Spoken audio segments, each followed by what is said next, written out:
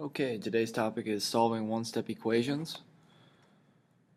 First thing we're going to talk about is what is a variable? A variable is a letter or symbol used to represent one or more numbers. We use variables a lot in algebra because a lot of times we're trying to find something that we don't know, and that's what a variable is. It's something that we don't know that we're trying to find. It can be represented with letters such as A, B, C, X, Y, Z, or it can be represented as some sort of symbol. One type of symbol that you could have would be a smiley face. You could have a stick man.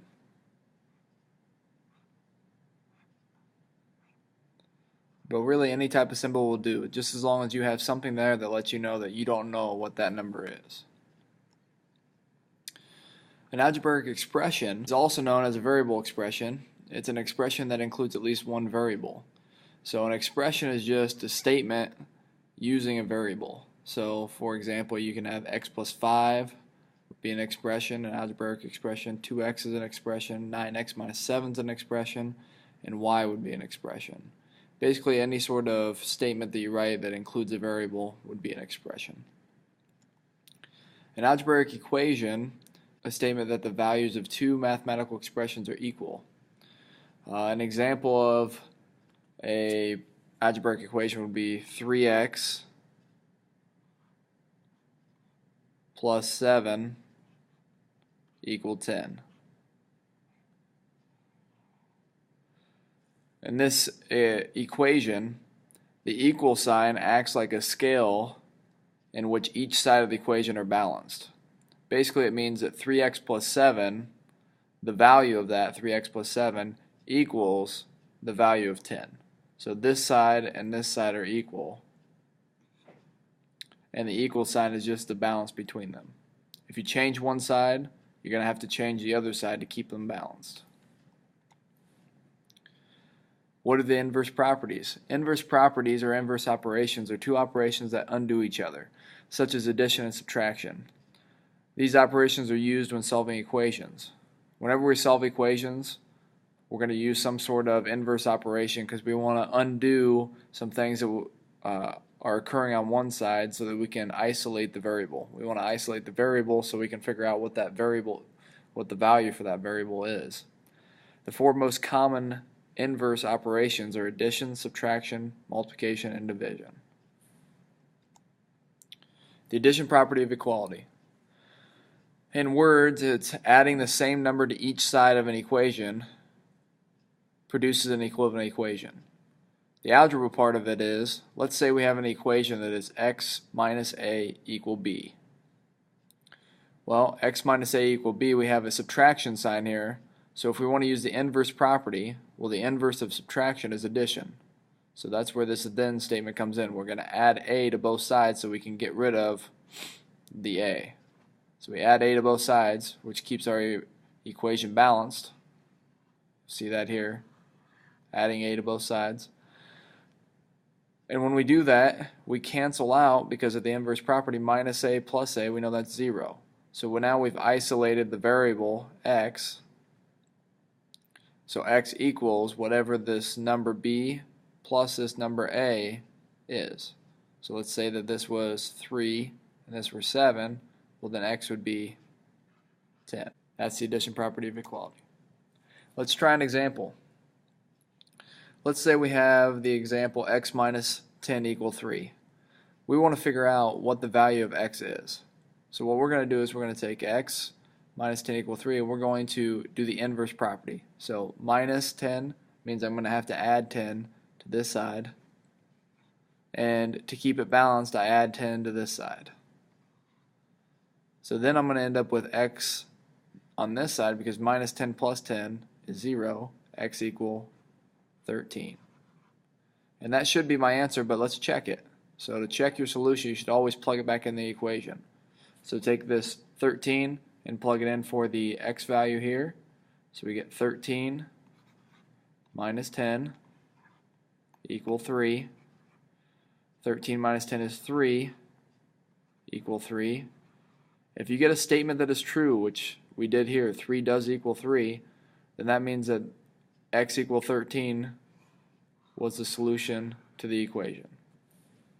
I want you to try x minus 7 equal 8 on your own. Alright, now let's try minus 4 plus x equal 9.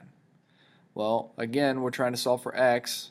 We've got a subtraction sign, minus 4. It means we're going to have to add to each side. So we're going to add 4 to each side.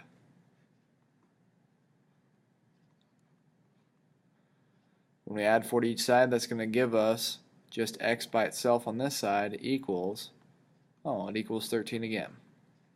So let's check and see if this is correct. So we have minus 4 plus 13 equal 9. Well, minus 4 plus 13 is 9, so equal 9. And we know that 9 does equal 9, so that means 13, x equal 13, is the correct answer.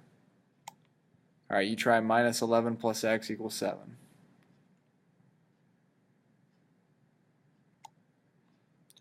Subtraction property of equality is the same thing as addition, except for instead of adding, now we're going to subtract.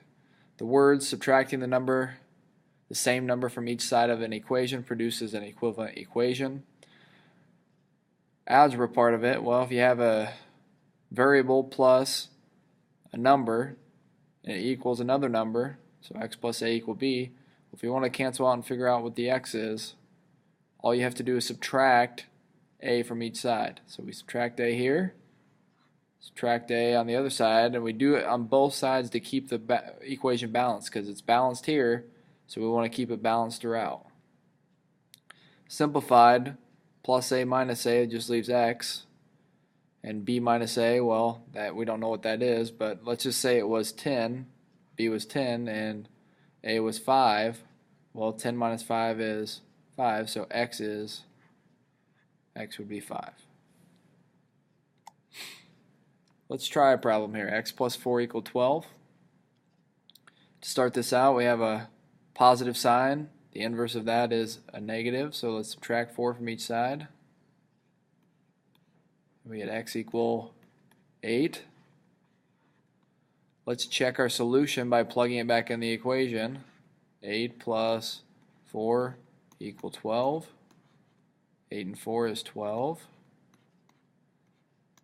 12 equal 12. That's a true statement, so x equal 8 is the solution.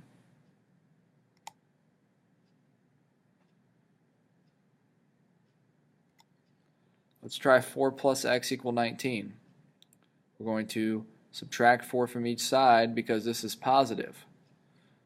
Because it's positive, we'll subtract 4 here, subtract 4 here. So we have x equal 15. We think that's the solution, so we'll check it. 4 plus 15 equals 19. 4 and 15 is 19, equal 19. Oh, that's true, so x equal 15 is the correct answer.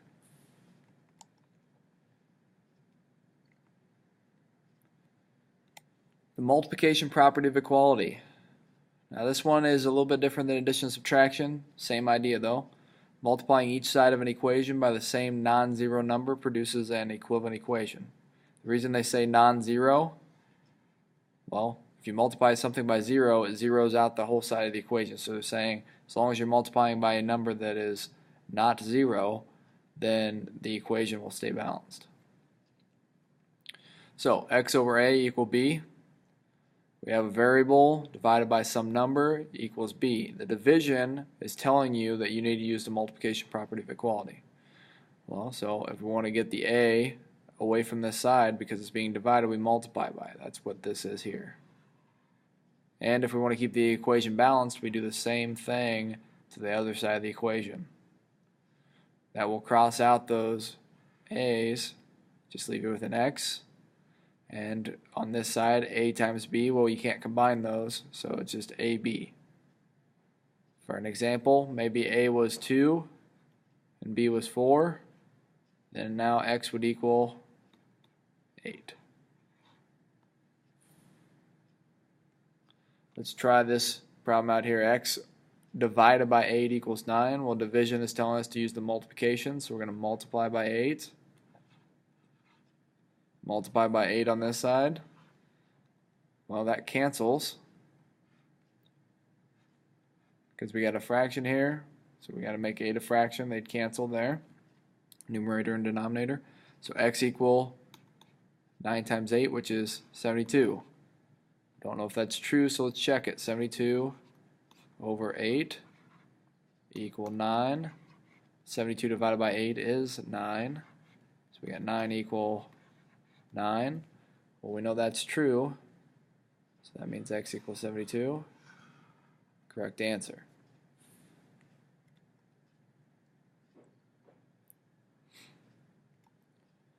Now let's try 2/3 x equal 10. It's represented in just a little bit different way. Instead of having x over a number, now we have a fraction times x. Same difference though. So this is going to be the exact same type of problem. We're going to multiply by what's called the reciprocal. So 2/3 x equal 10. We'll write that here.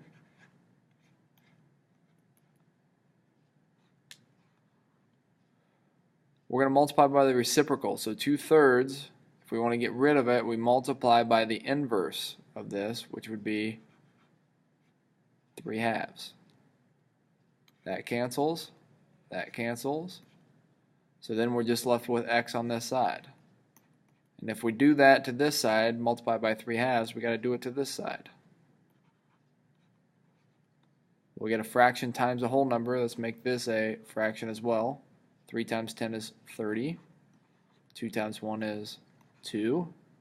30 over 2 is 15. We can check our answer by plugging it back in. We got 2/3 times 15 equal 10. Don't know if this is true, but 2/3 is a fraction. Let's make 15 a fraction. Multiply them. 2 times 15 is 30. 3 times 1 is 3. 30 over 3 is 10. And 10 equals 10. So that means x equal 15 was the correct solution.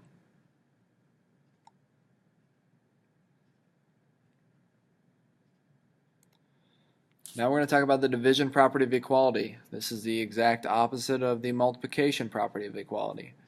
Dividing each side of an equation by the same non-zero number produces an equivalent equation. Now, instead of having x divided by some number, we're going to start with a number times x. So we have multiplication here. The opposite of multiplication, or the inverse of multiplication, is division. That's why we're using the division property. So if we wanted to solve this equation, we divide by a on both sides, which is what you see here, ax divided by a. That will cancel out the a's, and that's where you get the x left. So x equals b over a. All we're doing is keeping the equation balanced, and we're trying to figure out what this variable is. And to do that, we got to use the inverse property. In this case, it's the division property of equality that we use.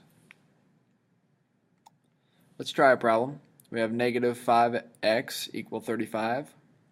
So we're going to divide by, because of the multiplication, we're going to do the inverse, which is divide by negative 5. So you have negative 5x divided by negative 5.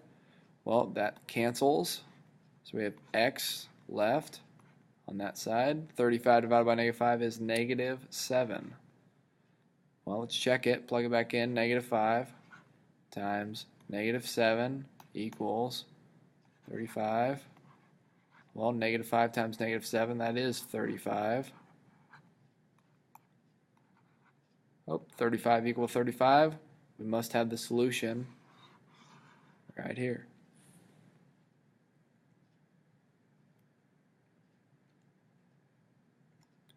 Alright, let's try this last one here.